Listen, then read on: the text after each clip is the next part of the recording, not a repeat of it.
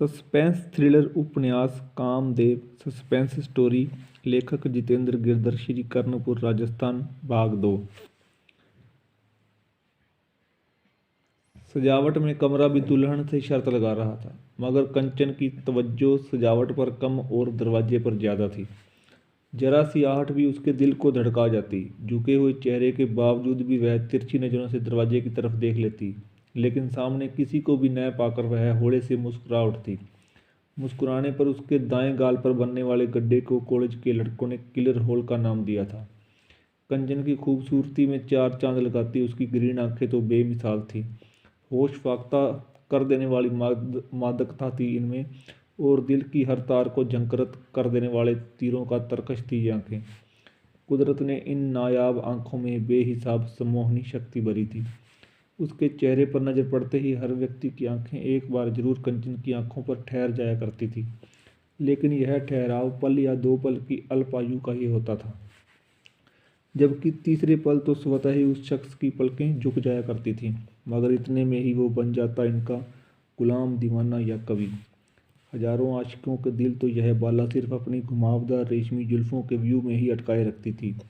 Bed पर बैठी वह अपने भविष्य के ताने बाने बुन रही थी, और तभी उसके कानों की मुराद पूरी हुई। जिस आहट को सुनने के लिए वह इतनी बेचैन हो रही थी, वही आहट सुनी उसके कानों ने। निस्संदेह यह आहट तो दरवाजा खुलने की ही थी। कानों ने यह मैसेज तुरंत मस्तिष्क तक पहुंचाया।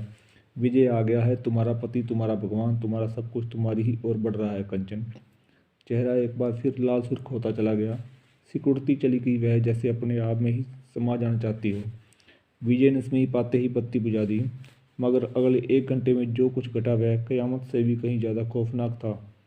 अशांत समुद्र की लहरें भी किनारा ढूंढने में कामयाब हो जाती हैं, मगर विजय के मन की अशांत लहरों को कहीं किनारा मिलने की उम्मीद नहीं थी। अगले दिन सुबह डाइनिंग पर खाना लगाकर कमला चली गई। आकाश और उसकी पत्नी रेणु डाइनिंग के इर्द गिर्द पड़ी 6 में से 2 कुर्सियों पर बैठ गए। कुछ देर बाद विजय और कंचन भी उनके सामने वाली कुर्सियों पर आ बैठे। भाभी जी नमस्ते। आकाश और रेणु ने हाथ जोड़े। जी नमस्ते, कोयल कुहकी। कंचन, ये है मेरा दोस्त आकाश। हमें खून का रिश्ता ना सही, लेकिन ये मुझे सगे भाई से भी ज़्यादा अजीज है। ये हैं हमारी भाभी रेणु जी, ये सरकारी टीचर हैं, उसी से घर का सारा खर्चा निकलता है।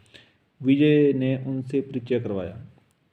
और भाभी जी, मैंने तो आज तक 1 रुपया भी कमा कर नहीं देखा। बचपन में मेरे माता पिता का देहांत होने के बाद विजय के माता पिता ने मेरी पढ़ाई और अन्य खर्चों को उठाया, लेकिन आज से 3 साल पहले ही वे दोनों 6 माह के अंतराल में हमारा साथ छोड़कर चले गए। कहते कहते आकाश की आंखें नम हो गई। फटाक, रोशनदान का कांच तोड़कर गेंद सामने वाली दीवार से टकराई। उस पर कागज लिपटा हुआ था। बिना एक पल की भी देरी किए विजय बाहर की ओर भाग लिया। कुछ पता चला? विजय के अंदर दाखिल होते ही आकाश ने पूछा। बुरी तरह हाँफ रहा विजय चिल्लाया। बाहर इतना ट्रैफिक है, क्या पता कौन फेंक गया इसे। कुछ लोगों से इस बाबत पूछताछ भी की, मगर सभी का जवाब एक ही था कि हमने किसी को गेंद फेंकते नहीं देखा। क्या चक्कर है ये? कंचन ने विजय को लेटर दिखाते हुए पूछा। क्या लिखा है इसमें? विजय ने कंचन के प्रश्न को नज़रअंदाज किया। कंचन ने लेटर विजय को थमा दिया और बोली, ये कागज धागे की मदद से गेंद पर लिपटा हुआ था।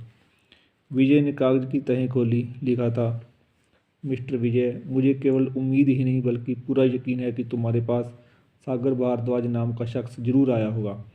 उसने जो कुछ भी कहा था ठीक कहा था। उसका कत्ल तुम्हारे हाथों ही होगा।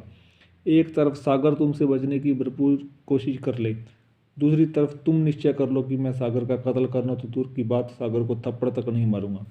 लेकिन फिर भी सागर ने जो तुम्हें बताया वही होगा। लोग मानते हैं दुनिया में 7 अजूबे हैं और मैं हूँ 8वां अजूबा।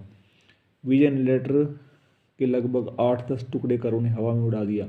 मारे गुस्से के सुंदर गोरा मुखड़ा तप रही भट्टी की तरह लाल हो चला। बायां घूंसा दाई हथेली पर मारते हुए बोला, गेंद फेंकने वाला शर्तिया पागल है। क्यों? रेणु के मुंह से निकला। लेटर पढ़ने के बावजूद भी आप पूछती हैं कि वह इंसान पागल क्यों है? सीधी सी बात है, न सागर मरना चाहता है न मैं उसे मारने का इच्छुक हूँ। लेकिन गेंद फेंकने वाले का दावा है कि सागर का कत्ल मैं ही करूँगा। आप खुद सोचें, क्या ऐसा संभव है? वास्तव में उसका दावा तो आधारहीन सा ही नजर आ रहा है, लेकिन गेंद फेंकने वाले का कॉन्फिडेंस देख कुछ अनहोनी की शंका भी लग रही है। मगर ज़्यादा नर्वस होने की जरूरत भी नहीं लगती। कंचन ने शंका युक्त समर्थन किया और पूछा, लेटर में सागर भारद्वाज का जिक्र करते हुए लिखा है कि वह आपके पास जरूर आया होगा, क्या वह आया था? हाँ, रात को ही आया था सागर। विजय ने डिटेल में पूरी बात बताई। कहीं ये चक्कर खुद सागर तो नहीं चला रहा? रेनू ने आशंका जताई। बिल्कुल नहीं, क्योंकि पहला कारण लेटर में मुझे नहीं सागर का कत्ल होने की बात लिखी है, और दूसरा कारण हमारे में कोई दुश्मनी नहीं है। खैर छोड़ो, गेंद कहाँ है? कंचन ने फर्श की तरफ इशारा किया। विजय ने झुककर गेंद उठाई और उसे गौर से देखा। ये गेंद भी पहले वाली गेंद की तरह टूटी हुई थी। विजय ने गेंद को दबाया। गेंद ने मुंह खोल दिया। इसमें एक और लेटर है। आकाश, रेणु और कंचन तीनों विजय के करीब आए और एक साथ गेंद के मुंह के अंदर देखा। विजय ने लेटर निकालकर उसे खोला। लिखा था, कागज फाड़ने से मेरा दावा हल्का नहीं होगा। हमारे इतिहास में किसी को फंसाकर मारने की सबसे गहरी रणनीति महाभारत का चक्रव्यूह मानी जाती है। मगर ध्यान रहे, अर्जुन चक्रव्यूह से निकलने का रास्ता जानता था।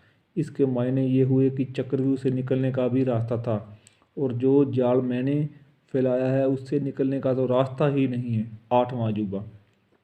ये तो कोई जादूगर लगता है। लेटर पढ़ते ही रेणु बोली, क्या जादू देखा आपने? ये लेटर भी उसी लेटर के साथ ही आया था। फिर उसे कैसे मालूम हुआ कि आप गेंद के ऊपर लिपटा लेटर फाड़ देंगे?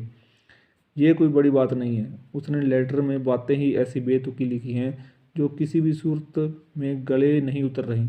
आप खुद सोचें, ऐसी बेतुकी, असंभव और आधारहीन बातों को पढ़ने वाला शख्स क्या करेगा? स्वाभाविक बात है कि वह लेटर फाड़ ही देगा। विजय जी, जो पागल खुद को पागल मान ले वह हकीकत में तो पागल नहीं हो सकता। कंचन, तुम्हारा मतलब क्या है? इस बार विजय चौंका।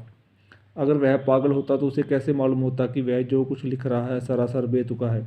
आपने बेतुका लेटर पढ़कर फाड़ दिया। बेशक किसी भी इंसान की स्वाभाविक प्रतिक्रिया ऐसी ही होगी, मगर जो इंसान परिस्थितियों के अनुसार इंसान की स्वाभाविक प्रतिक्रियाओं को समझने की ताकत रखता है, उसे हम पागल कैसे कह सकते हैं? विजय ने सोचपूर्ण मुद्रा बना ली। आगे पढ़ें भाग 3।